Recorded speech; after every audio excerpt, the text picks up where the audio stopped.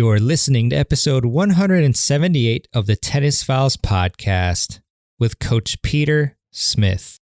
Hey everybody, welcome to another episode of the Tennis Files podcast. This is Mirban Aranshad, a former Division I college tennis player. And on the show, I interview the world's top pros, coaches, and experts to help you improve your tennis game.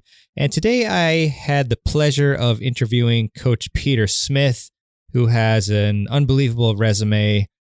He has coached the University of Southern California's men's tennis team to 5 NCAA Championships. He's also been the 2-time ITA National Coach of the Year, the 5-time PAC-12 Coach of the Year. He's notched well over 600 wins. He's also a great tennis player and played professionally for a little while. He also has won several father-son national championships with his sons, Riley, Tanner, and Coulter.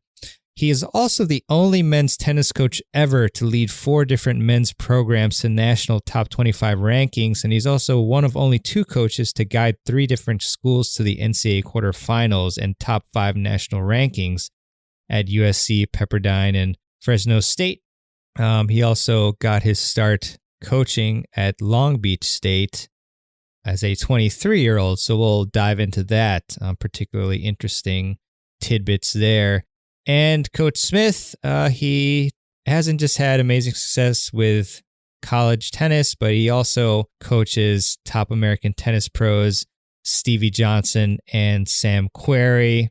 And he's also coaching at the Jack Kramer Tennis Club currently. So a fairly wide-ranging conversation about just in general how to develop great people first and tennis players second.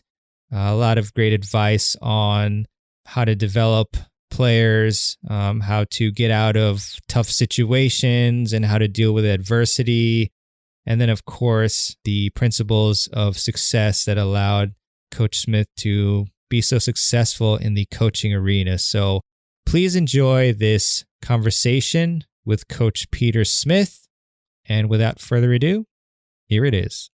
Hey, everybody. Welcome to another episode of the Tennis Files podcast. It's really a pleasure and an honor to have Coach Peter Smith on the podcast. He is obviously a coaching legend, as you've heard in the intro, and we're going to get into how he's impacted so many players, and we'll get into a lot of tips to help you improve your game, as well as some of his coaching on the Pro Tour. So, Coach Smith, really excited to have you on. Thanks so much for taking the time today to be on the podcast. My pleasure. I know we've been trying to work this out, and I'm glad it all worked out and glad to be here and chat with you. Yeah, thank you, Coach Smith. Me too as well. I know you're a busy guy and appreciate the time. So, I've done some research on you, obviously, to prepare, and I saw that you had written an article where you focused on making your sons great people who play tennis instead of making them great tennis players. So I was wondering what principles in particular you taught your sons to achieve this goal of yours. Well, first of all, like I just feel like tennis is such a challenging sport because it's something you play by yourself. And I think there are so many lessons learned in tennis that you can apply to life because, it's actually, in comparing other sports, it's actually a very fair sport because at the end of the day, you decide what's happening out there. A coach doesn't always do that. Certainly at a college level, sometimes the coach gets involved, but usually it's pretty black and white. You play a tournament, you train hard, that usually goes over to your performance. And, you don't get the nod to start here or pulled out of the game here. Usually when you're on the court, it's just you. And I think tennis is a very hard game to make a living out of. And I looked at, how can my kids get the most out of this incredible sport that can teach you so much.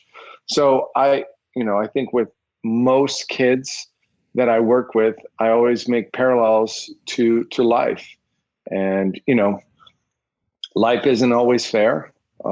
Life is a lot about how hard you work, what kind of attitude you have, what are you putting forth, what's your body language, what's your mindset, are you positive, are you negative, things like that. All those things which are so important to tennis have to equate towards who you are as a person.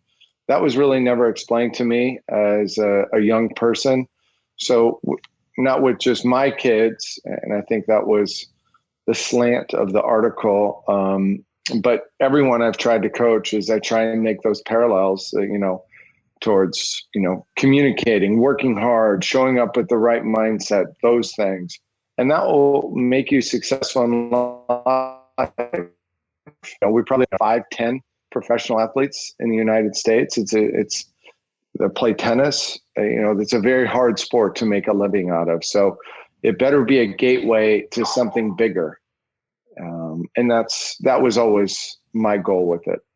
Yeah, that's brilliant. I mean, a lot of times in other life projects, when I'm struggling with it, I kind of think back. How did I approach it from a tennis standpoint? How did I succeed on the tennis court? And then you apply those lessons to whatever you're doing in life. So really, really love hearing that.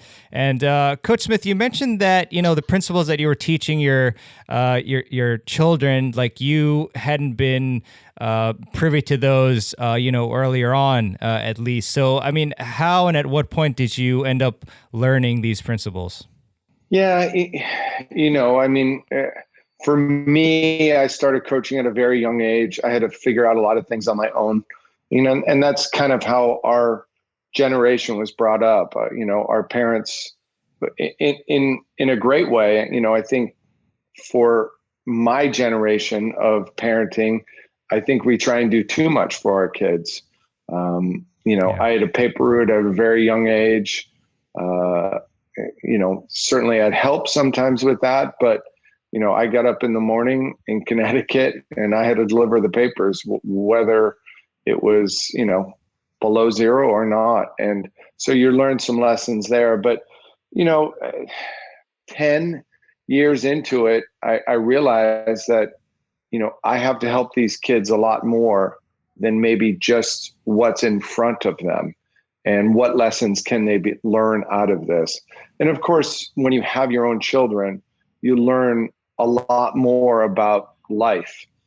Your kids humble you always, right? But you learn really the real meaning of life, and that it's a lot more important than the win today or the great practice today or whatever. And you've got to just expand those teachings to help them, in every area of life. Yeah, 100%, Coach Smith. And, it's definitely going to be interesting to ask you about your experience as a quite a young coach, in the collegiate world. But I just wanted to actually kind of delve into, how did you first get into the game of tennis? How were you introduced, and what was your first experience like? Well, I was the youngest of 5 kids, much younger than my next sibling, 6.5 years. We were living in Italy, and my mom wanted to have a baby girl, and so she's maybe but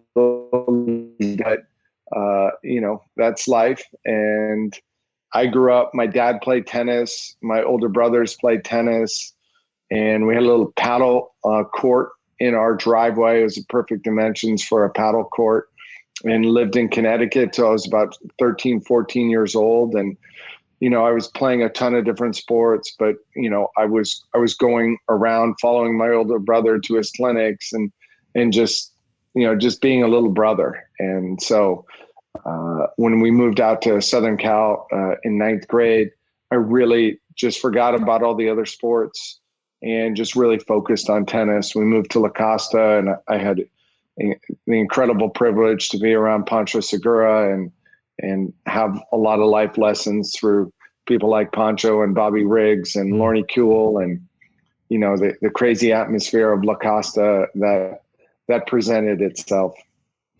Yeah, I mean, it's an amazing experience there. And, you mentioned previously, speaking of multiple sports that you said that you played, that it's important to play actually multiple sports to become a good athlete.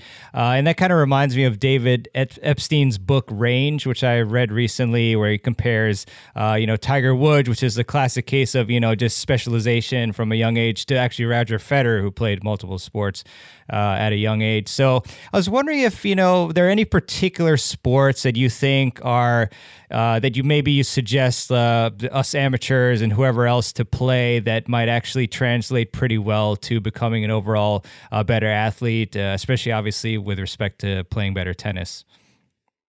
Well, I mean, the sport that everyone plays outside of the U.S. is soccer. I played soccer as a kid. I played it very poorly, and probably didn't like it because of that. My kids played soccer, but my oldest two didn't really like it.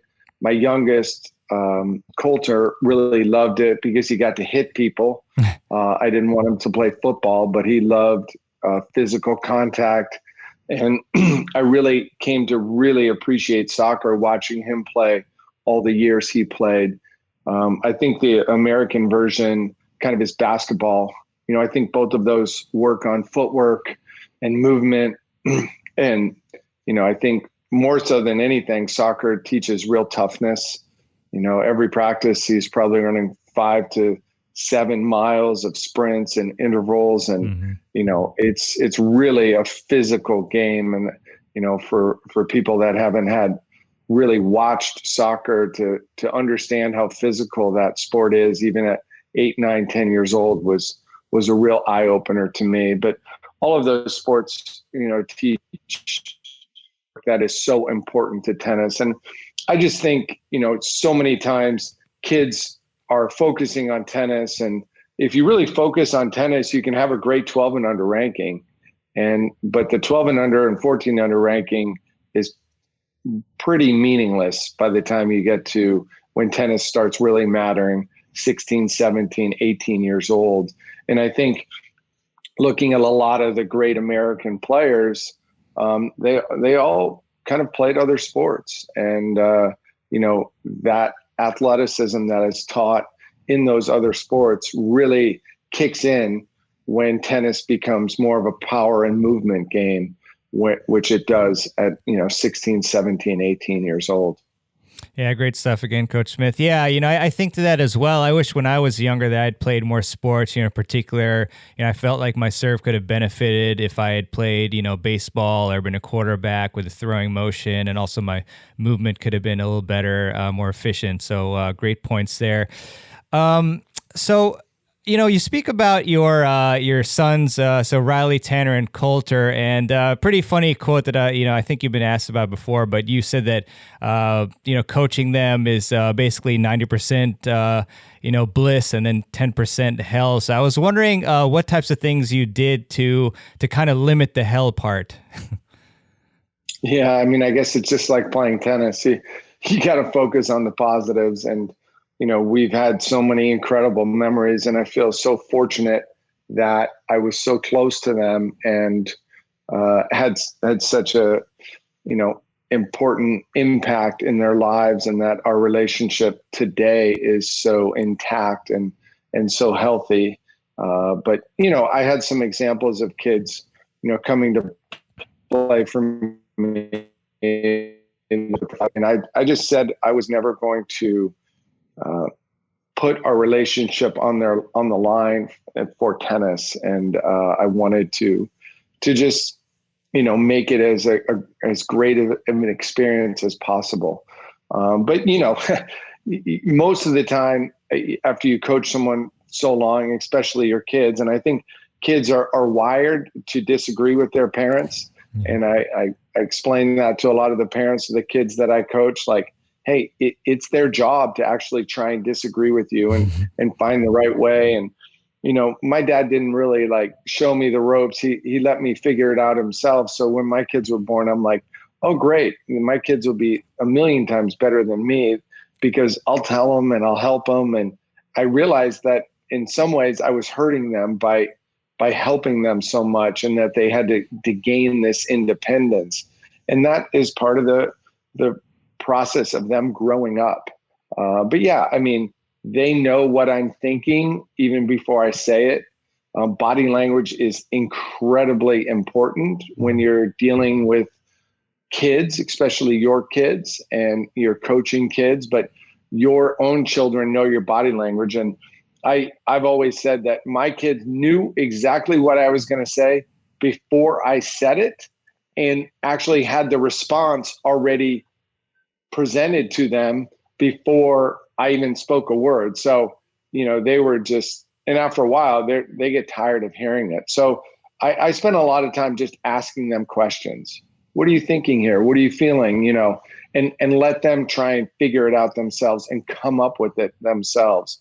But yeah, we've had some funny moments. I'm sure they can mimic me pretty well on a tennis court, as others have done also. But all in good time. I mean, you don't understand life till you have children, and that's for all the parents out there. Every parent goes through the same thing. It's the most challenging and the most rewarding thing you'll ever do in your life.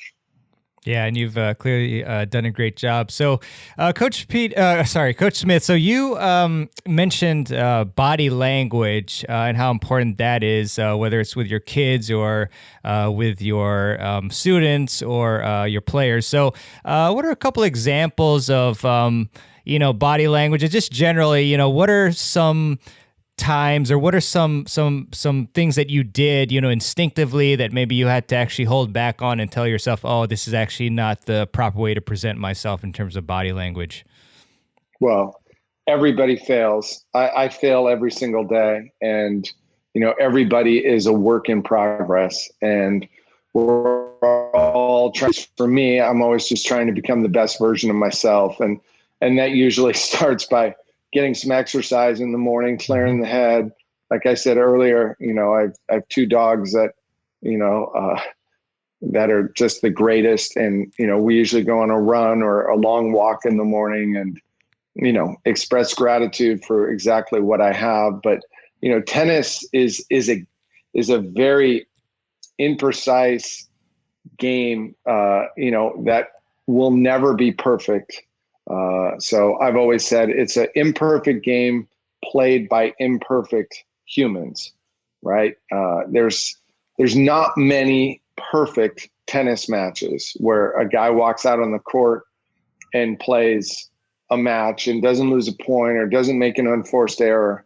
My mom used to always tell me life is not fair, and how you respond to those situations is so important to how you go on with life. So that's incredibly important. So you're going to make mistakes on the court. You're absolutely going to make mistakes, and you better have a good reaction to them, because if you have a bad reaction to them, the chance of you repeating those mistakes are going to just keep increasing and increasing and increasing. So what people don't realize is your outside can tell your inside what's going on. And at the end of the day, you're in control. As hard as that might appear to be, as tough as that is when you miss an easy volley or an overhead or an easy forehand or whatever, you have to have the correct mindset to know that you can do the right things. And, after years of experience, success for myself on the tennis court, success with my teams and watching them succeed, you just learn that your mindset has to be to draw in on the correct way you want to go about it out there. Because you can think, oh, I missed that shot. But after a while, you remember how to hit it. And you got to visualize the correct way to hit it, and you visualize it being successful. And I think having success with myself in my game, which happened later in life, and watching my team's success, I'm always able to draw upon that when I'm coaching or when I'm playing myself. And I still love to play the game. I feel like I play it every single day and really enjoy it and love to be competitive.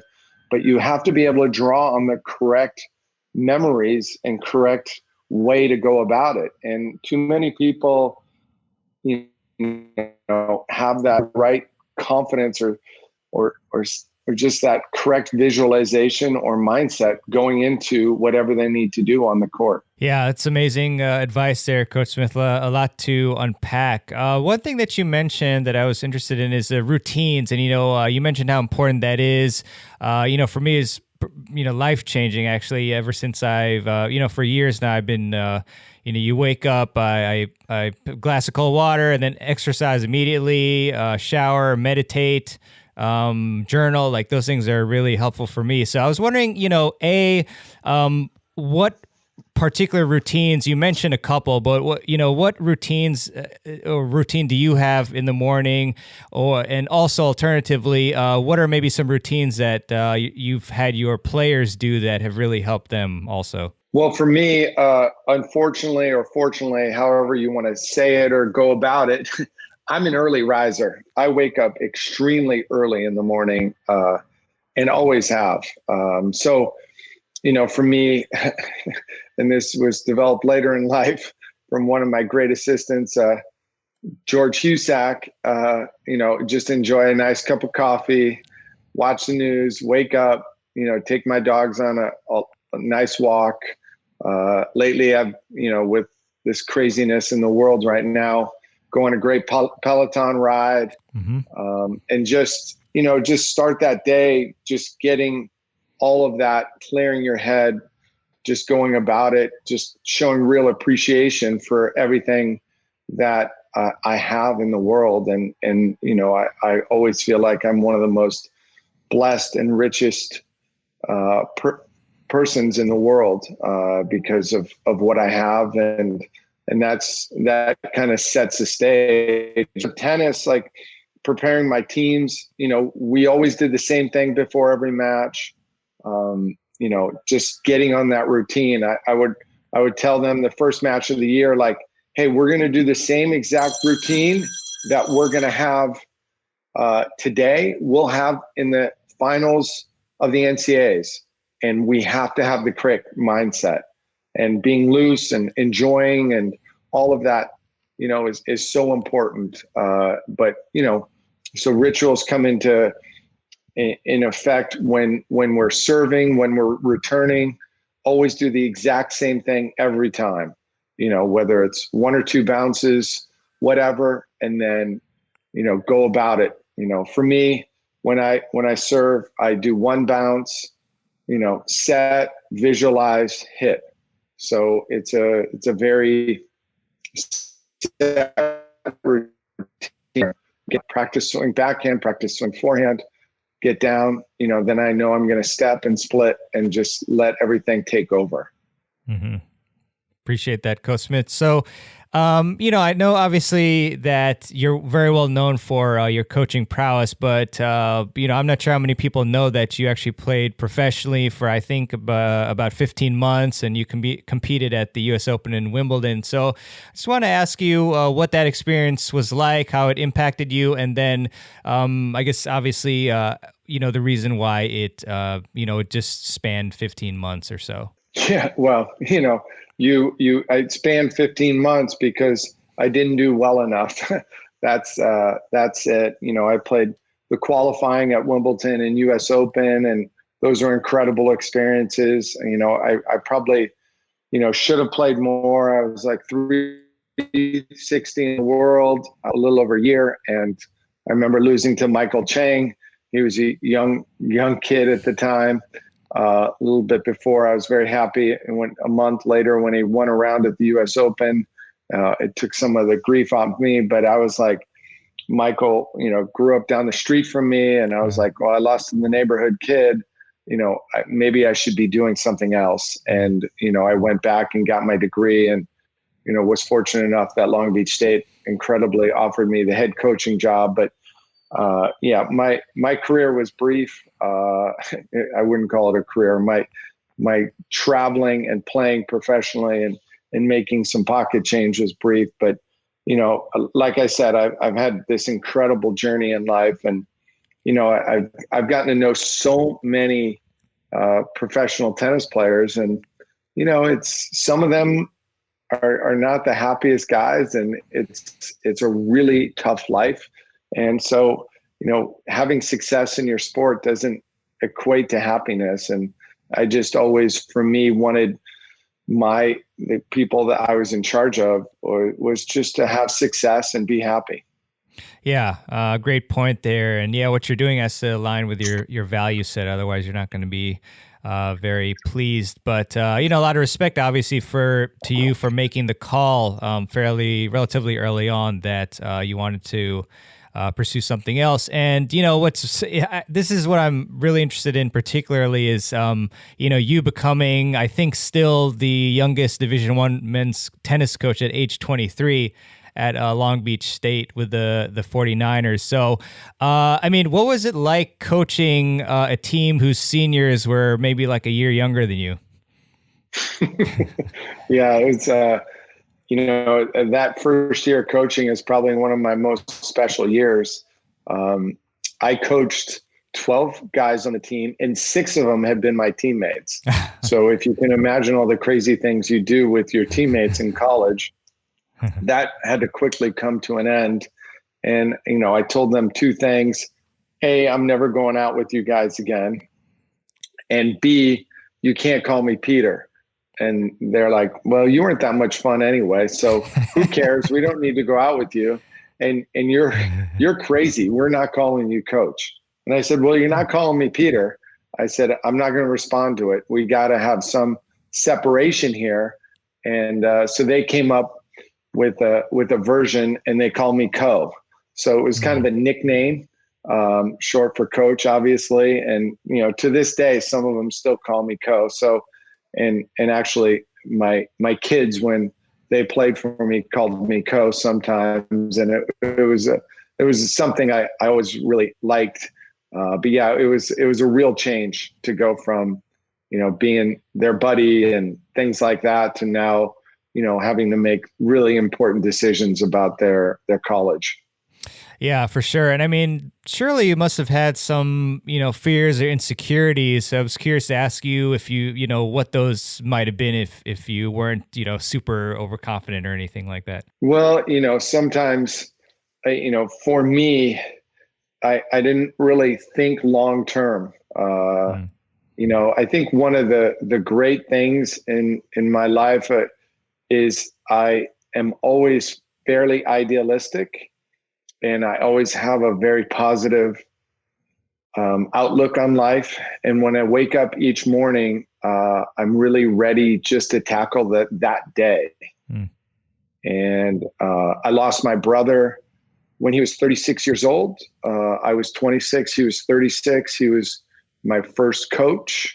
And that really impacted me way beyond anything else that had ever happened to me. And it still impacts me. And, I realized that his life was cut so short. And so, it's whatever I have in front of me is a gift that my brother Kevin would have loved to have had. And so whatever I'm facing can't be as bad as it really appears. And the fact that I'm alive and able to do it is a blessing. So that had a real impact on me. And I tried very, very hard to turn what was, still is probably the worst thing that ever happened to our family and to us into as positive as it could be. And I know Kevin would have wanted it that way. And that's been a guiding force for me in my life. Yeah, I'm sure you're honoring Kevin every single day with your actions, and just maybe a question on that too. Obviously we, the varying degrees of tough times that we have, from what's going on now to losing a family member, or much less severely, going on a losing streak. So, what types of steps did you take, from that horrible situation to get yourself to start going again and back on the road to great things? Again, it's just approaching each day, waking up each day, and when I was younger, I didn't have great, you think in a certain way, like I want to do this or that. But for me, even today, super fortunate to wake up and work with someone from 7:30 to 8:30. And, I have 2 or 3 more lessons, and how I'm just so appreciative that I get to work with, these people and these kids, and just do the best job I can. And like I said, I fail a lot, but having that attitude, like, okay, learn from it, just move on, just appreciate what you have and keep going forward. I just think that's the most important thing. Yeah, 100%. Yeah, I mean, gratitude really, it's huge, as you mentioned. I think a lot of times when we get mad when we lose a match or something like that, we have to be grateful for things like, we're even able to play tennis, where a lot of people aren't in their situation. Well, I think when you're in the middle of it, you're feel like you're getting crushed and the world is against you. But without the tough times, the pressure that you face, that's what makes you rise above and makes you, become that. So adversity, defines people. And, if you don't go through life without adversity, everybody's going to face adversity, just like on a tennis court. You're going to face adversity. How you handle it, how you come out of it is the most important thing. Yeah, 100%. And, you've done some amazing things in all of your, the places that you've coached. I think you are one of only 2 coaches to guide 3 different schools to the NCAA quarterfinals and top 5 national rankings at USC, Pepperdine, and Fresno State. So, tough question, but what were the main principles and approaches that you used to enable you to become successful at so many different places to that high of a level? Because that's obviously extremely difficult to achieve. So how did you do that? Again, I don't overthink it. I just put my best foot forward every day. For me, I'm extremely competitive. I wanted my players to enjoy and feel that competitiveness. I made competition a part of our practice every day. I've never backed down from anybody playing the best. Just going about that and just looking at all of these different circumstances as opportunities and really incredible fun experiences.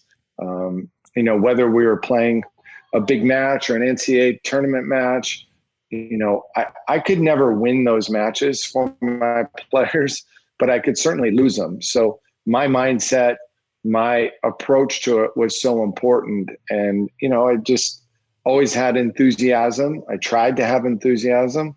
Not saying I was always successful, but I always tried to have enthusiasm and in just enjoying that moment, that this was a gift.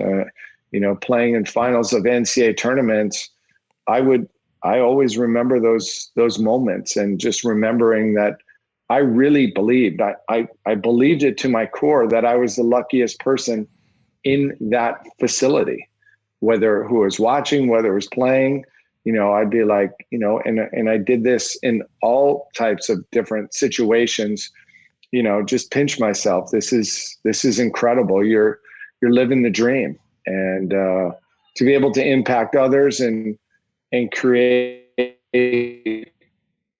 for people to try and help others has always been a very motivating factor for me.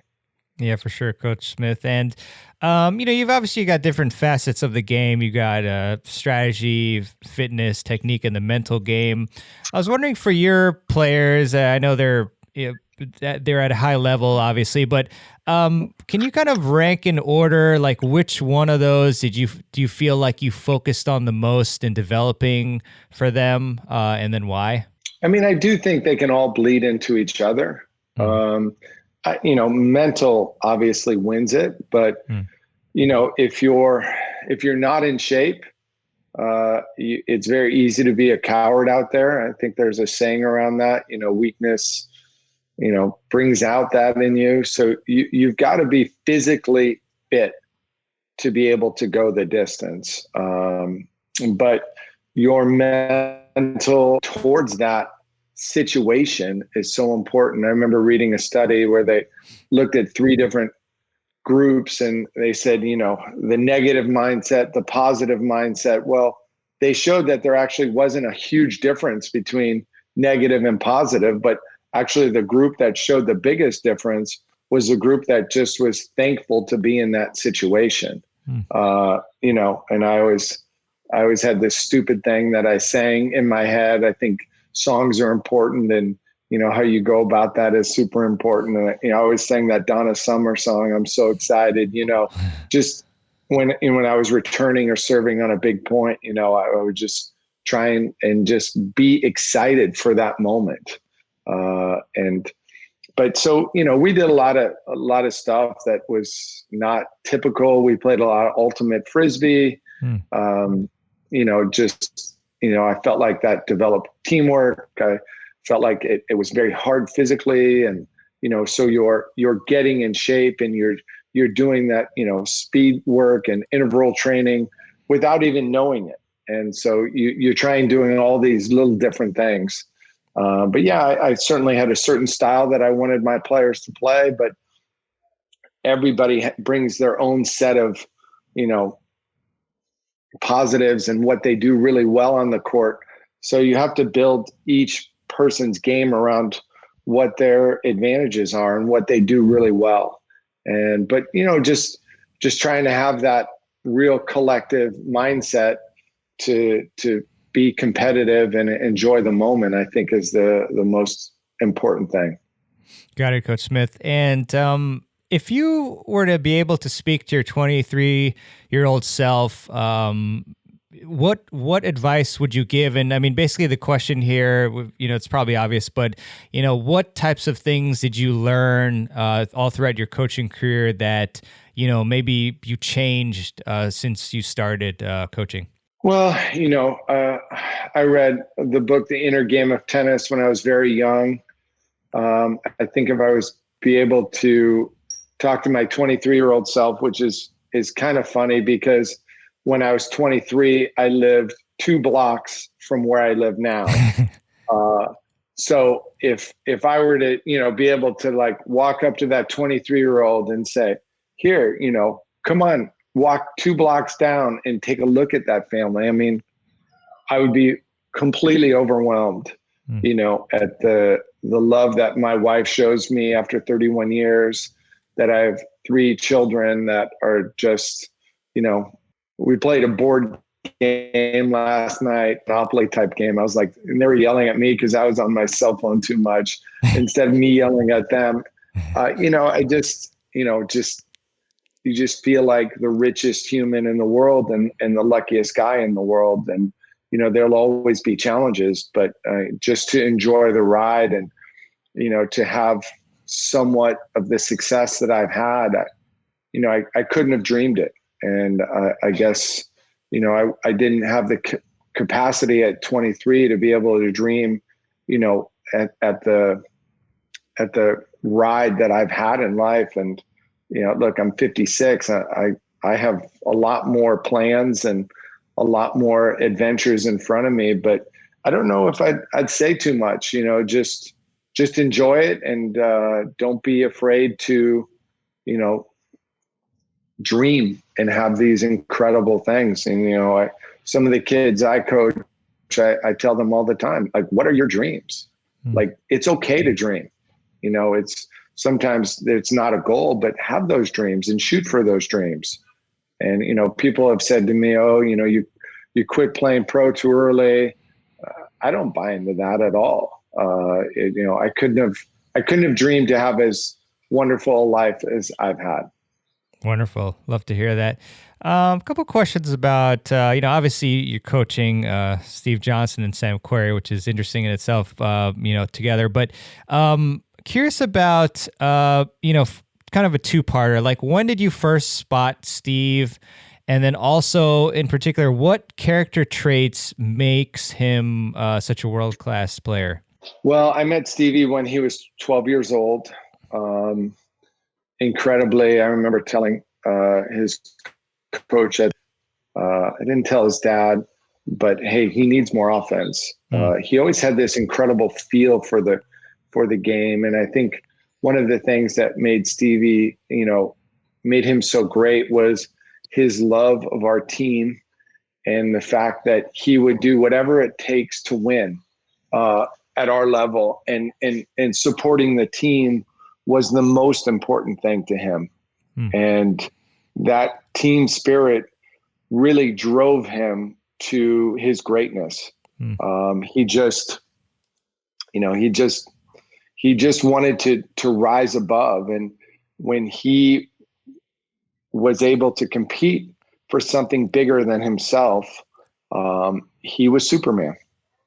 Just no doubt about it. He was Superman. To do what he did, which has never been done before in college, just made him incredible.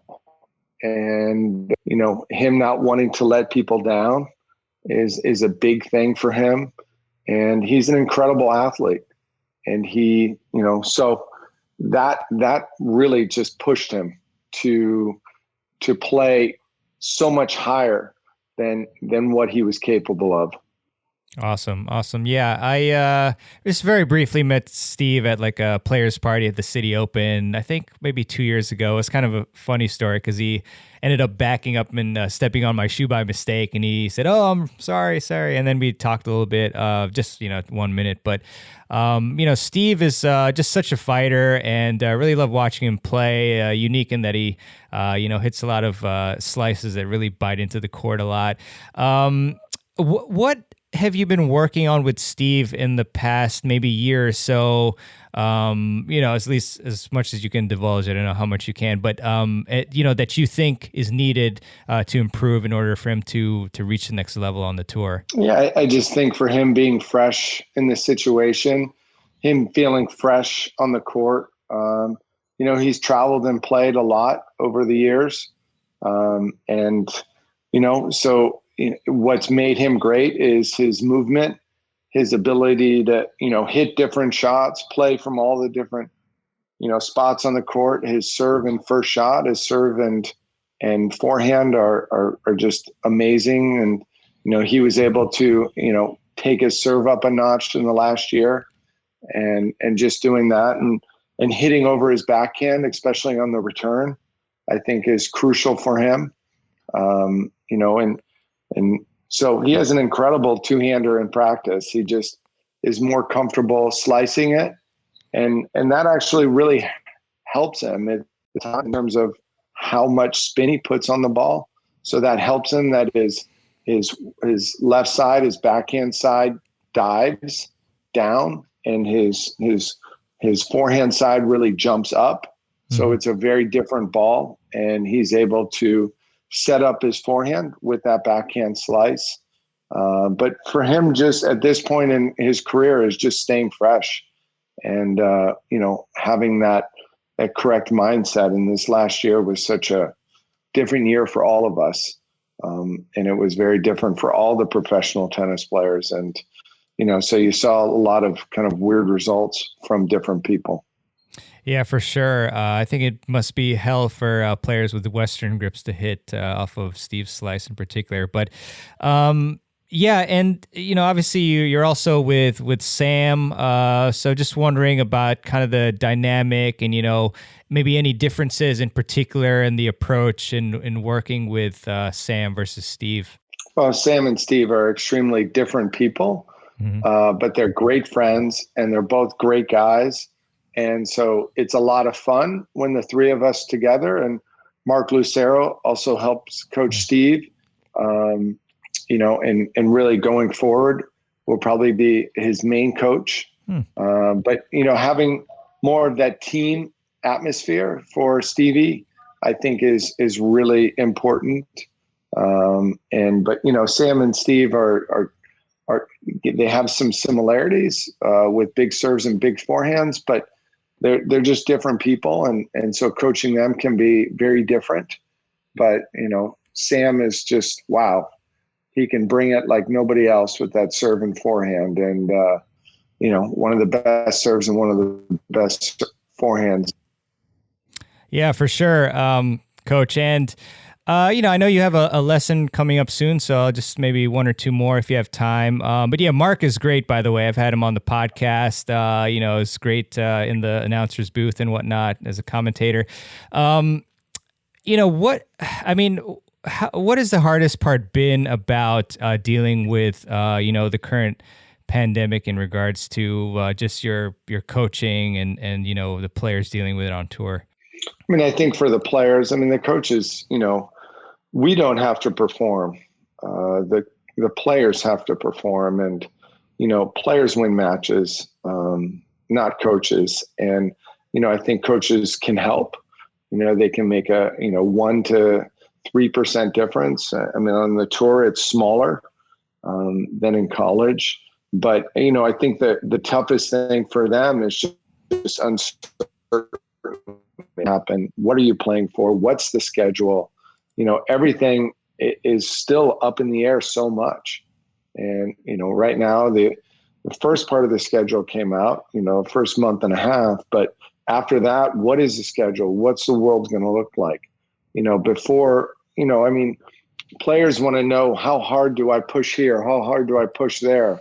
And what's next? And that just is very uncertain at this moment. So that, I think, is the biggest roadblock for all of them. Yeah, 100%. Coach Smith, you mentioned the inner game of tennis. Are there maybe 2 or 3 other books that you would gift a friend to help them play better tennis? Well, I like a lot of the really successful coaches. Bill Walsh, Let the Scoreboard Take Care of Itself. That book is like a semester's class. That guy was a genius, and that goes along with kind of my thinking. Let the scoreboard take care of itself. You're not in charge of the scoreboard. Don't try and control the scoreboard. You control what you can control. Mike Krzyzewski has written some good ones. Phil Jackson is kind of along those lines. Having 11 rings, or Phil's book is incredible. But yeah, just understanding that. I do think Phil Jackson could coach football, and Mike Krzyzewski could coach baseball, and great coaches are great coaches. And it's not necessarily about the technical. It's more about the approach and, how people go about it, and creating that mindset and that team camaraderie is everything. For sure. Coach Smith, if you could write a message on a big billboard that's, erected in the most, populated street, near you, what message would you put on that billboard? Well, in my neighborhood, I would write, "We're all so fortunate." It's the world is such a crazy place right now compared to 5 years ago. And, for me, the fact that I'm able to do exactly what I love to do, you just feel very, very fortunate to be able to do that. So, count your blessings. You be in charge of your own joy. You're responsible for your joy. Nobody else is responsible for your joy. Your wife is not, your kids are not. They all can help. But at the end of the day, you're in charge, and no excuses, just no excuses. So maybe I would write, "No excuses. You are in charge of you." That's right, Coach Smith. Where can people follow you to see, what you're up to, perhaps social media, any particular accounts you'd like people to check out? Yeah. I don't put it out there as much as other people do. I've thought about it, but then I think, well, this guy's doing a better Instagram than me. I put a picture of my dog on Instagram yesterday, Coach Peter Smith. It was Floyd's 6th birthday. Happy birthday! We put a hat on him, a party hat on him. He looked pretty pissed off in it. I'm very fortunate to be the general manager and director of tennis at the Jack Kramer Tennis Club, and so I'm in here playing behind me. But I'm going to go out and teach some lessons and, help lead this club through this incredibly challenging pandemic we're in right now. But, that's where I am now. And, so just hanging out with my family and my wife and just doing all that. But just playing tennis every day and enjoying that. Love it, Coach Smith. So I know you have to go, so I promise this is the very last question. Cut me off if you have to leave now, but what is one key tip that you can give our audience to help them improve their tennis games? Well, I'm kind of stealing this one from John McEnroe. Watch the ball. I mean, I just think people focus on so many things that is unimportant on the tennis court.